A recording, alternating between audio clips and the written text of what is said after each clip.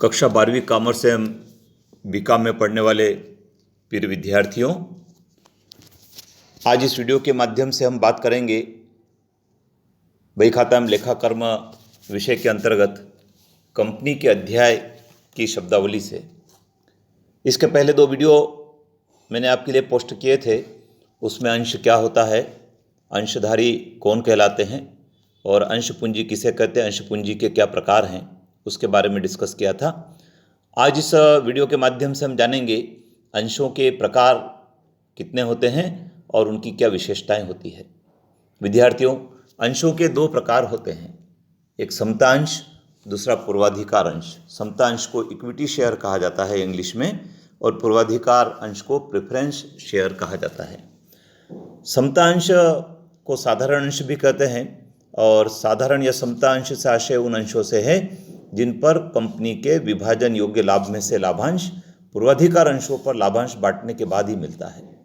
ये अंशधारी ही कंपनी के वास्तविक स्वामी होते हैं, और इन अंशों पर लाभांश बांटना अनिवार्य नहीं होता है। लाभांश की दर भी निश्चित नहीं होती है, और कंपनी के समापन के समय पूर्वाधिकार अंशधारियों को पूंजी लौटाने के बाद यदि कोई पूंजी शेष बचती है तो समता अंशों की पूंजी को लौटाया जाता है। आइए जान लेते हैं विस्तार से इनकी विशेषताएं क्या होती है। विशेषताओं में आप देख रहे हैं, सबसे पहली विशेषताओं को हमने लिखा है मत देने का अधिकार होता है। विद्यार्थियों, समता अंशधारियों को सभी प्रकार के मामलों में मत देने का अधिकार होता है। अर्थात कंपनी में जब किसी विषय को लेकर वोटिंग की जाती है तो वहाँ इन्हें भी मत देने का अधिकार होता है। लाभांश की दर निश्चित नहीं होती है। समता अंश पर जो लाभांश दिया जाता है उसकी दर निश्चित नहीं रहती, वो बदलती रहती है। पूर्वाधिकार अंशों पर लाभांश देने के बाद इन अंशों पर लाभांश दिया जाता है। इन अंशों पर लाभांश प्रायः पूर्वाधिकार अंशों पर लाभांश देने के पश्चात ही मिलता है।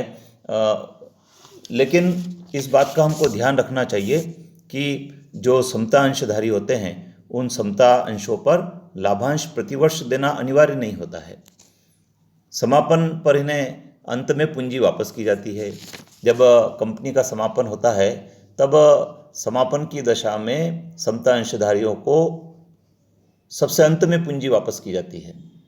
अर्थात पहले पूर्वाधिकार अंशधारियों को पूंजी लौटाते हैं, उसके पश्चात शेष बचने पर अंशधारियों को लौटाई जाती है। लाभांश देना अनिवार्य नहीं, इसकी मैं बात आपको बता चुका हूँ। इन अंशधारियों को अंशों पर लाभांश देना अनिवार्य नहीं है, और ये अंशधारी ही कंपनी के वास्तविक स्वामी कहलाते हैं। इस प्रकार की जो विशेषताएं, इसके अलावा जब आप पुस्तक को पढ़ेंगे तो और भी कई सारी विशेषताएं हमको समता अंशों की दृष्टिगोचर होगी कि ऐसे अंशों पर जोखिम अधिक रहती है। समता अंशधारियों का कंपनी के सभी संचयों और कोषों पर अधिकार रहता है। इनका कंपनी के जीवन काल में शोधन नहीं होता है, अर्थात ये कंपनी की पूर्णतः स्थायी पूंजी होती है। तो ऐसी और भी विशेषताएं आपको किताब से पढ़कर नोट्स बनाना चाहिए। विद्यार्थियों, अगले वीडियो में हम डिस्कस करेंगे पूर्वाधिकार अंश किसे कहते हैं, उनके क्या प्रकार होते हैं, उनकी क्या विशेषताएं होती है। धन्यवाद।